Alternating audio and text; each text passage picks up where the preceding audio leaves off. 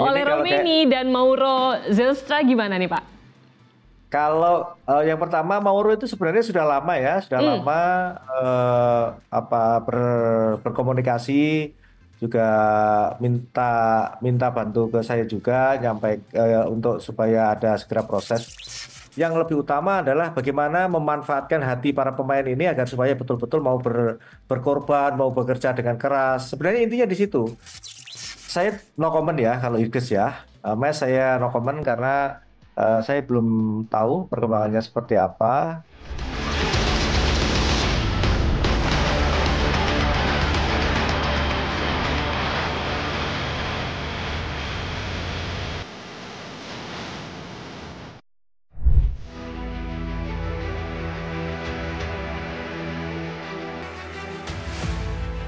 Salah satu laga penentu timnas Indonesia di kualifikasi Piala Dunia 2026 akan tersaji Jumat mendatang saat menjamu Jepang di Stadion Gelora Bung Karno, Jakarta. Berada di peringkat kelima dengan 3 poin, membuat tim Garuda harus mencuri angka melawan Jepang demi menjaga asa lolos ke Piala Dunia. Bertambahnya amunisi baru dengan hadirnya Kevin Dix memunculkan harapan di kubu Garuda. Pertahanan yang kuat bisa jadi faktor kunci melawan Samurai Biru. Kekalahan 1-3 dalam pertemuan terakhir melawan Jepang di Piala Asia 2023 tak bisa menjadi patokan. Pasalnya, Indonesia yang sekarang sangatlah berbeda dengan bertambahnya 8 pemain baru. Mereka adalah Martin Pas, Tom Hei, dan Nathan Choon, Ragnar Oratmangun, Jai Itjes, Calvin Verdong, Eliano Reinders, dan Kevin Dix. Belum termasuk Mads Hilgers yang tengah cedera. Meski begitu, menghadapi tim negeri matahari terbit bukanlah perkara mudah.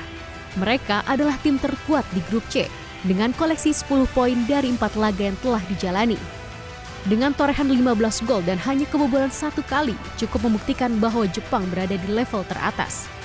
Terlebih tim asuhan Hajime Moriyasu bertabur pemain yang merumput di Eropa. Dari 27 pemain yang dibawa ke Jakarta, 23 diantaranya bermain di benua biru. Mampukah Indonesia beri kejutan melawan sang Raja Asia? Halo Soccer People, jumpa lagi di Soccer Lover yang selalu menyajikan informasi menarik baik dari dalam maupun luar lapangan hijau. Bahasannya juga seru-seru. Nah, ini jelang 2 laga penting Indonesia di kualifikasi Piala Dunia 2026 melawan Jepang dan Arab Saudi. Menarik banget kalau kita bahas dan kupas lebih dalam. Untuk itu kita sudah terhubung dengan Ketua Badan Tim Nasional sekaligus Manajer Timnas Indonesia Senior, Bapak Sumarji. Selamat sore Pak Sumarji. Selamat sore, Assalamualaikum. Waalaikumsalam. Sehat Pak? Alhamdulillah sehat. Alhamdulillah, terima kasih banget loh sebelumnya ya. Meskipun di sela-sela kesibukan Bapak masih sempat ngobrol sama kita. Ya, saya usahakan sebisa mungkin, sesempat mungkin lah. Mantap. Pak, ini kan Ya. Indonesia akan menjalani 2 laga penting nih Pak yang dinantikan ya. Melawan Jepang dan juga Arab Saudi. Kita pengen tahu dikit dong Pak, gimana persiapannya? Kalau secara keseluruhan persiapan tim dari kemarin kita kumpul ya, hari Minggu malam kita kumpul sampai dengan hari ini, Selasa, semuanya kondisi tim, khususnya para pemain, kondisinya sangat baik, ya banyak canda dan itu menandakan bahwa kondisi tim itu solid bagus. Dan terakhir hari ini juga pemain boleh dikatakan semuanya sudah berkumpul. Terakhir tadi Tom Haye sudah juga kumpul bersama-sama dengan kita semuanya. Harapannya dengan para pemain semuanya hari ini bisa berkumpul, segera bisa menyatukan chemistry dan juga bisa menyatukan strategi langkah ke depan di pertandingan lawan Jepang itu seperti apa. Karena kan memang kita tahu bahwa pertandingan lawan Jepang itu adalah pertandingan yang sangat berat dan memang membutuhkan konsentrasi yang cukup, fokus yang cukup dan semuanya harus betul-betul penuh pengorbanan dan perjuangan baik dari tim kepelatihan maupun para pemain itu sendiri. Oke, ini ada kabar gembira yang dinantikan semua orang. Dikatakan bahwa Kevin Dix dipastikan dapat bermain melawan Jepang. Kalau kita lihat prosesnya satset ya, cepat gitu ya Pak. Boleh diceritain Pak? Iya ya, kalau itu semua upaya yang dilakukan oleh Ketua Umum memang luar biasa dan saya sendiri di tim juga merasakan bahwa dengan upaya usaha yang dilakukan oleh ketua umum itu memudahkan tim dalam apa namanya meracik dan tentu mempersiapkan tim itu dengan sebaik-baiknya. Oke, kalau Hilgers gimana nih Pak kondisi terkininya? Udah fix nggak bisa main Nah, ngelawan Jepang ya? saya no comment ya kalau Igres ya. Mas saya no comment karena saya belum tahu perkembangannya seperti apa. Tetapi kami tetap berupaya dan berusaha agar supaya Mes itu bisa bergabung. Ya kita tunggulah nanti. Ya kita tunggu nanti. Untuk sementara saya no comment dulu kaitan dengan Mes Hilgers.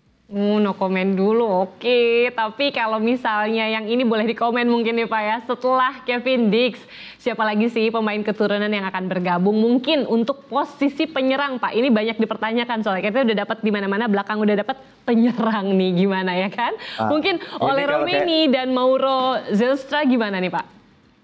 Kalau yang pertama Mauro itu sebenarnya sudah lama ya, sudah Hmm, lama apa berkomunikasi juga minta minta bantu ke saya juga nyampai untuk supaya ada segera proses. Tapi kan yang harus kita tahu bahwa semua permintaan pemain itu datangnya kan dari Coach Sintayong. Sehingga kalau kita mendatangkan pemain tentu pemain-pemain yang saat sekarang ini berada di luar dan di statusnya diaspora dan ditarik ke sini, tentu itu kan harus ada rekomendasi dari Coach Shin sendiri. mhm. Sementara ini proses itu semuanya tergantung daripada rekomendasi Coach Sintayong. Siapa yang mau didatangkan?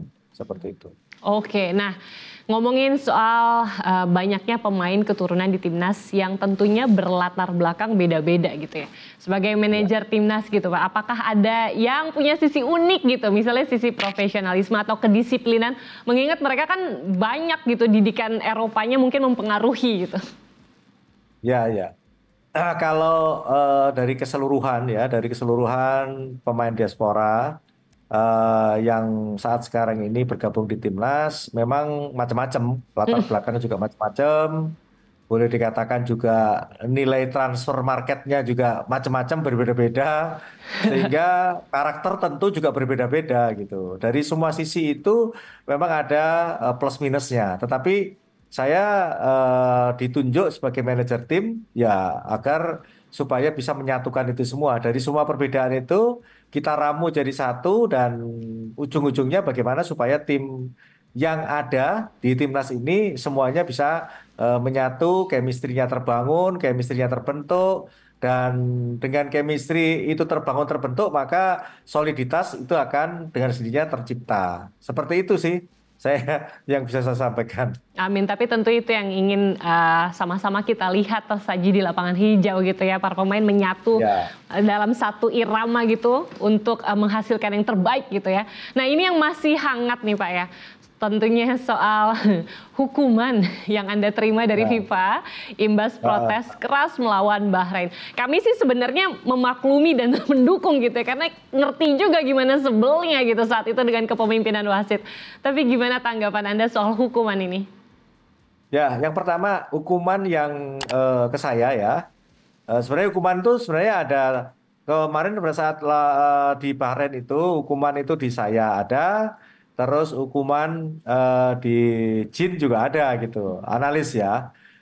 Terkhusus di saya, memang itu harus saya lakukan. Kenapa? Karena kan situasi saat itu di bench memang kondisinya sangat panas. Saya juga harus bisa menenangkan para pemain dan saya juga harus tanggap cepat ya, tanggap cepat, cepat tanggap, membaca situasi itu sehingga dengan tanggap cepatnya itu bisa mengamankan tim gitu. Kalau saya ini posisinya sebagai manajer harus benar-benar bisa melihat kanan kiri, depan belakang, situasinya seperti apa. Mana yang harus bisa kita prioritaskan untuk diselamatkan, nah itu harus diselamatkan. Nah, jadi kondisi itulah yang harus saya lakukan karena kan ini untuk kebaikan tim.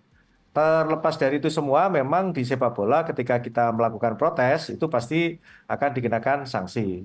Jadi sanksi yang pertama itu saya terima sebenarnya itu saya kena 4 kali. Saya sama Jin sama, ya Jin analis. Jadi sama. 4 kali. Tetapi saya banding. Saya jelaskan di banding saya bahwa saya melakukan hal itu bukan karena apa-apa, karena saya satu hanya protes, mempertanyakan kenapa waktu sudah habis masih terus dilanjutkan pertandingan. Itu hal yang lumrah di sepak bola seperti itu. Dan saya pun juga tidak mengutarakan itu dengan kata-kata yang kasar, itu enggak. Saya juga saya sampaikan, saya pun bahkan dibentak sama eh, wasit keempat. Saya pun juga ya sudah, saya diam aja gitu. Karena ya itu memang resiko gitu. Tetapi setelah saya jelaskan di banding saya, akhirnya alhamdulillah dikasih jawaban, dikasih hasil banding saya itu 4 hari kemudian, dan saya hanya diberikan sanksi 1 kali. Dan satu kali itu pun sudah saya jalani ketika Cina melawan Indonesia kemarin yang kita kalah 2-0. Sehingga untuk pertandingan ini nanti Indonesia lawan Jepang dan seterusnya, saya sudah bisa kembali mendampingi tim supaya tim betul-betul ada sosok yang mereka lihat dan bisa menambah motivasi para pemain seperti itu. Wah, kita baru tahu loh kalau Pak Sumarji sempat dibentak gitu ya, ternyata sama wasit keempat gitu. Tapi saat itu tentu saja Bapak dengar ya, kalau sebenarnya kita setuju kalau Bapak protes kemarin tuh, gak apa-apa, kami bersamamu Pak gitu ya. Baik, nah Pak, ini saat lawan Cina nih Pak ya, mungkin Bapak juga dengar kan kalau misalkan Coach Sintayong ini dikritik lah karena dianggap terlalu berani merotasi pemain. Pak, ini mungkin kita boleh nanya ke Bapak nih, kenapa sih sebenarnya Coach melakukan sejumlah perubahan saat melawan Cina kemarin, Pak? Ya, jadi itu bagian daripada strategi taktik yang dijalankan oleh Sintayong ya, Coach Shin ya. Kenapa? Karena tentu semua sudah diperhitungkan untung dan ruginya. Tetapi ya kembali lagi bahwa soal chemistry itu penting. Sekali lagi soal chemistry itu penting, soal hati itu penting. Ketika 11 pemain diberikan tugas tanggung jawab, itu harus betul-betul dijalankan dengan sepenuh hati. Tidak boleh kurang sedikit pun. 0,0 sekian pun tidak boleh. Artinya 11 pemain itu harus bermain dengan hati. Dan yang dibawa itu adalah panji-panji negara, Garuda. Sehingga ya harus 100%. Maka yang perlu saya sampaikan kepada para pemain itu sebagai evaluasi kemarin, jangan hanya menyalahkan saja kepada Coach Sintayong, tetapi yang harus kita evaluasi adalah bagaimana kita bisa menyatukan diri kita semuanya dalam satu ikatan timnas Indonesia. 11 pemain diberikan tugas tanggung jawab, maka itu harus bekerja keras, rela berkorban untuk bisa membanggakan bangsa dan negaranya. Itu aja sih. Jadi evaluasi, kemudian move on gitu ya Pak ya. Ya, karena betul. kini ada 6 laga tersisa di babak kualifikasi Piala Dunia 2026 yang sudah di depan mata dan diberi target. Jadi Coach ST ini kan memang diberi target posisi 4 besar ya oleh Ketua Umum PSSI. Ya. Seberapa optimis Anda melihat kita masih akan 2 kali bertemu Jepang, kemudian tandang ke Australia yang tentunya bukan perkara mudah gitu. Ya, jadi begini ya. Kalau kita melihat komposisi pemain yang ada di kita saat sekarang ini, bukan kita sombong, sebenarnya saya meyakini insya Allah itu akan diberikan jalan kemudahan bisa lolos di 4 besar. Kenapa? Satu, kita melihat kualitas para pemain yang ada saat sekarang ini kualitasnya cukup boleh dikatakan grade A semua, dan dengan masing-masing posisi yang sangat kuat itu sebenarnya tinggal bagaimana kita menyentuh hatinya, bagaimana hatinya tersentuh dan mereka semuanya para pemain itu bisa berbuat gitu, berjuang dengan keras, bekerja dengan keras. Saya kira sebenarnya yang lebih utama adalah bagaimana memanfaatkan hati para pemain ini agar supaya betul-betul mau berkorban, mau bekerja dengan keras. Sebenarnya intinya di situ. Maka kalau kaitannya dengan soal target, saya insya Allah punya keyakinan kalau 4 besar kita akan bisa dapatkan itu. Dengan catatan jangan ada di antara pemain yang dipanggil ketika mereka diberikan tugas tanggung jawab itu mengurangi sedikit pun. Harus betul-betul fight. Maka kunci yang utama adalah bagaimana membangun mental para pemain dengan sebaik-baiknya, terutama dibangun mentalnya memperjuangkan nama baik bangsa dan negara, kehormatan bangsa dan negara itu penting sekali. Dan saya melihat kondisi seluruh para pemain yang ada saat sekarang ini itu luar biasa. Tidak usah melihat ini abroad, ini enggak, semuanya sama. Sehingga saya harus katakan bahwa Pak Ketua Umum mendatangkan para pemain itu sudah sangat tepat dan memang sesuai dengan apa yang menjadi harapan dan keinginan kita semua. Kita berprestasi. Pak Sumarji tadi beberapa kali menyebutkan yang penting adalah menyentuh hati pemain gitu kan. Yang penting hati pemain tuh bersatu untuk membangun tim nasional Indonesia. Emang ada hatinya yang belum nyatu, Pak? Siapa sama siapa kayaknya? Pihak yang mana nih yang hatinya belum bersatu nih, Ya, Pak? makanya itu saya bilang, sepak bola itu yang dibutuhkan adalah kekompakan, chemistry. Itu penting sekali gitu ya. Saya kira saya tidak perlu jawab dan tidak perlu juga saya jelaskan. Saya kira kalau hal yang demikian itu lambat laun juga kita tahu bahwa masyarakat bola kita ini sangat kritis gitu, mengamati satu persatu. Semuanya itu pasti diamati gitu. Sehingga hal itu pasti akan dijawab sendiri oleh apa namanya para pecinta sepak bola kita, siapa berbuat apa, sampai mana berbuatnya, semuanya saya kira udah tahu semua kok. Gitu. Emang nggak salah ini ya jadi manajer tim nasional senior Indonesia. Diplomatis sekali Bapak Sumarji ya. Pak, tapi nih Pak. Hari-harinya gimana Mbak? Hari-harinya waktu saya ini banyak saya pergunakan ya. Bagaimana nih mikirin teman-teman itu khususnya di BTN, terus khususnya di Timnas supaya untuk bisa menyatu itu kan ibaratnya kan kita butuh ramuan kan begitu. Betul. Tapi emang saya juga sering dengar Pak Sumarji ini sering dianggap juga bapaknya, bapaknya timnas senior gitu kan. Oh sekarang saya ngobrol langsung paham bener gitu Pak ya. Oke Pak, ini beberapa waktu lalu anggota DPR ada nih beberapa yang nyentil soal pemain keturunan. Ada yang menganggap kayaknya terlalu banyak nih gitu. Ada pula yang mendorong agar mencari penyerang. Tanggapan Bapak seperti kita ketahui kan ini kan pemain keturunan juga ada darah Indonesianya gitu ya. Apalagi tingkat kepuasan publik pun sangat tinggi kepada PSSI dan timnas kita saat ini. Tapi ini tetap jadi bahasan gitu. Menurut Bapak gimana? Ya, kalau kalau itu saya juga ngikuti semuanya saya ikuti perkembangannya, siapa berkomentar apa, saya selalu ikuti. Tetapi kembali lagi bahwa kita harus ingat, untuk bisa berprestasi itu pasti membutuhkan pemain yang memang punya kualitas. Ya, Itu yang nomor satu. Tidak akan mungkin hanya kita ngomong saja tanpa didukung oleh pemain yang punya kualitas.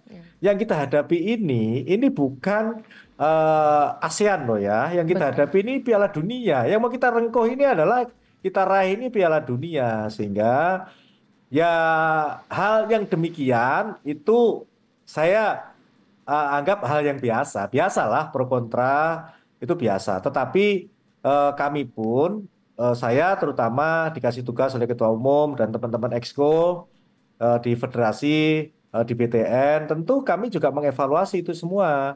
Evaluasi yang harus kita lakukan itu apa? Ya kita mempersiapkan kader-kader kita mulai dari SSB, akademi dan seterusnya. Itu harus kita gelorakan dan itu harus ada.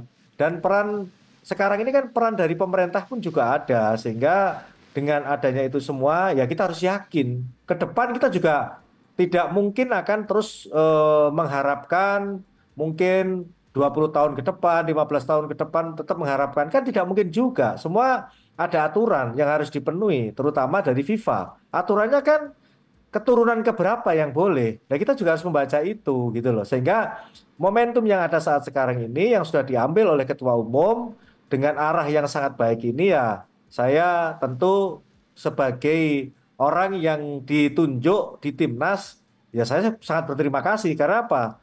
Kita tidak akan bisa berbuat apa-apa kalau yang disajikan kepada kita itu kualitasnya tidak seperti yang kita harapkan. Saya kira ya itulah jawaban saya.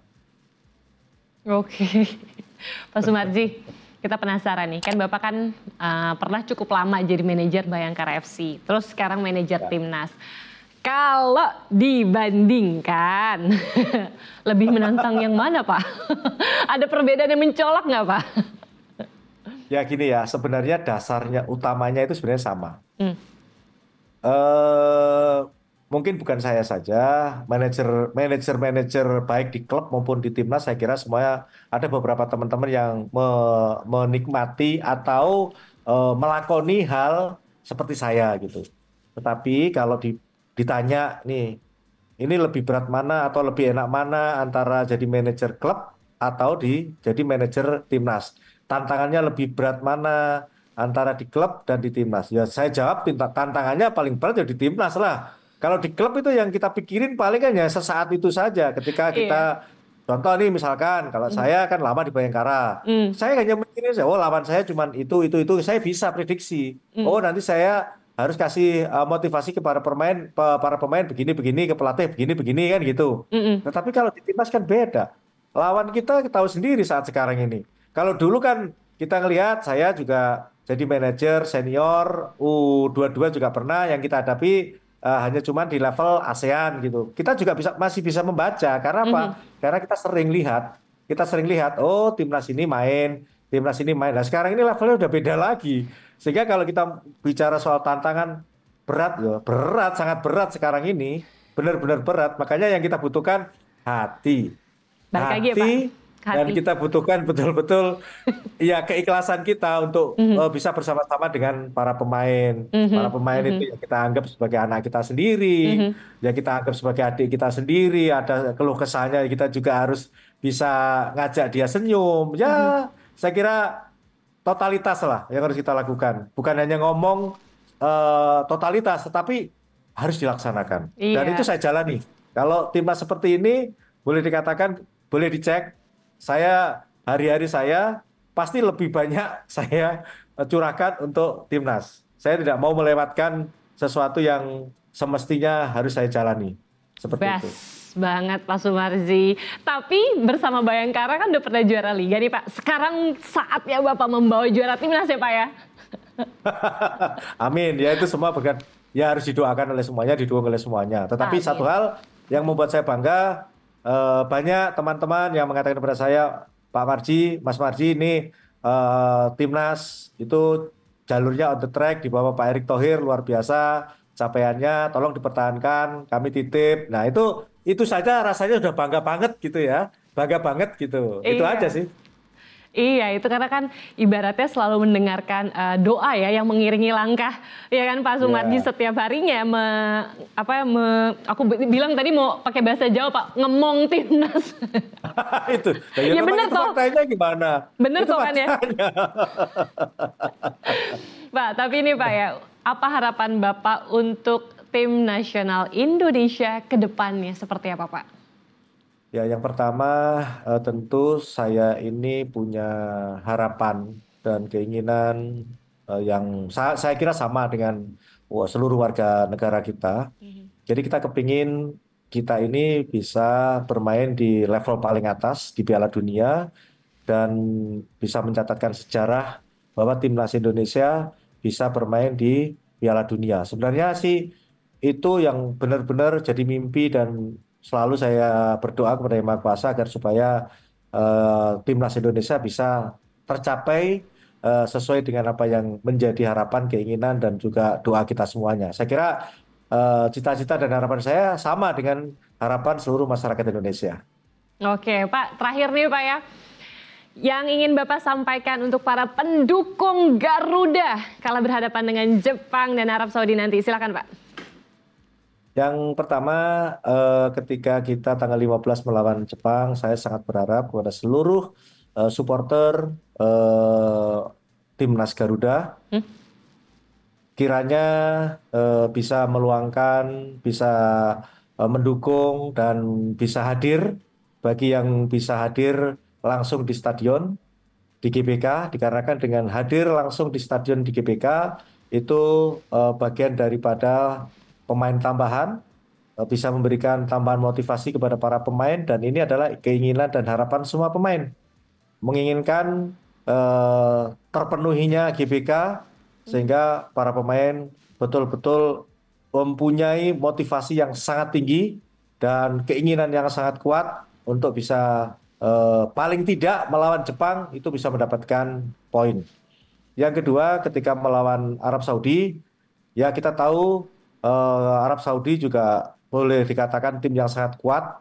Ya yang kita harapkan oleh para supporter adalah dukungan, ya dukungan yang baik kepada tim tamu juga, sehingga dengan dukungan dan apa namanya motivasi tambahan ini dari para supporter, tentunya itu akan menambah keinginan kita terutama para pemain untuk bekerja dengan keras, dan ketika melawan Arab Saudi kita bisa memetik kemenangan 3 poin seperti itu. Amin, amin, amin. Tentunya kami pastikan cinta, dukungan, dan hati kami akan mengiringi langkah timnas senior Indonesia atau pasukan Garuda kita melaju setinggi-tingginya ya Pak ya. Amin ya Rabbal Alamin. Amin, amin. Pak Sumarji, terima kasih untuk waktunya. Tentunya kami masih akan menantikan Bapak untuk dapat hadir langsung, berbincang langsung di studio ya Pak. Insya Allah suatu hari nanti. Baik, terima kasih Pak Sumarji. Sehat-sehat selalu Pak. Assalamualaikum. Waalaikumsalam warahmatullahi wabarakatuh. Nah itu dia ya pemirsa tadi ya. Kita udah ngobrol-ngobrol dengan Bapak Sumardi, manajer tim nasional Indonesia nih. Kita harapkan tentunya pastilah ya hati kita, dari tadi kan dia ngomongin hati ya, hati kita, doa kita, cinta kita akan mengiringi langkah timnas Garuda nanti. Kita akan lanjut dulu nih. Dari kabar BRI Liga 1 ada trio legion asing asal Brazil bersaing ketat dalam perburuan gelar top skor. Mereka adalah penyerang Borneo FC, Leo Gaucho, dan striker Arema FC, Dalberto, serta penyerang Madura United, Lulinha. Mereka jadi menghuni 3 teratas di daftar pencetak gol terbanyak dengan torehan 6 gol. Ketangguhan Dalberto yang mampu bermain di berbagai posisi, baik sebagai penyerang tengah maupun penyerang sayap, membuat namanya selalu menjadi andalan di barisan depan tim Singoedan. Performa mentereng sebagai ujung tombak haus gol juga ditunjukkan penyerang Borneo FC, Leo Gaucho. Ia direkrut dari tim Liga Latvia, Valmiera pada Juli 2024 dan kini menjelma menjadi mesin gol pesut etam. Sementara penampilan apik Lulinha menjadi motor serangan untuk mengangkat performa Laskar Sapekrap. Kita beralih ke mancanegara, ada kabar dari klub yang gak habis-habis diomongin. Ada aja beritanya, siapa lagi kalau bukan Manchester United. Jadi pelatih baru tim Setan Merah, Ruben Amorim telah datang. Yang berarti sang pelatih sementara Ruud van Nistelrooy ini harus tersisih. Padahal bersama Nistelrooy MU gak jelek-jelek amat ya kalau kita lihat ya. Ia mampu membawa MU tak terkalahkan sepanjang menjadi manajer interim dengan 3 kemenangan dan sekali imbang dalam 4 pertandingan. Gak cuma itu, ia juga berhasil membuat ruang ganti MU menjadi vibes-nya tuh riang gembira gitu. Seperti pengakuan Bruno Fernandes. Jadi pemain asal Portugal itu mengungkapkan perubahan besar yang terjadi di sesi latihan tim setelah pemecatan Erik ten Hag dan ditangani oleh Nistelrooy. Menurutnya, pelatih asal Belanda itu berhasil mengembalikan kegembiraan di sesi latihan MU. Emang sebelumnya kenapa nggak gembira mungkin ya vibes-nya ya waktu latihan? Dari kabar lain, aksi terpuji dilakukan penyerang Barcelona, Ferran Torres, di mana pemain berusia 24 tahun itu rela terbang ke Valencia untuk turun langsung memberikan bantuan pertolongan. Seperti kita ketahui, Valencia baru saja dilanda banjir besar pada minggu lalu yang menewaskan 217 orang. Padahal nih ya, Torres saat ini sedang dalam masa pemulihan cedera paha. Tapi ia rela pergi ke Valencia yang merupakan tempat kelahiran sekaligus klub pertamanya. Nah, demikian Soccer Lover edisi kali ini. Jumat nanti Timnas Indonesia akan meladeni Jepang. Mari kita dukung terus Timnas Garuda agar mampu meraih hasil terbaik. Kita jumpa lagi lain waktu. Ciao!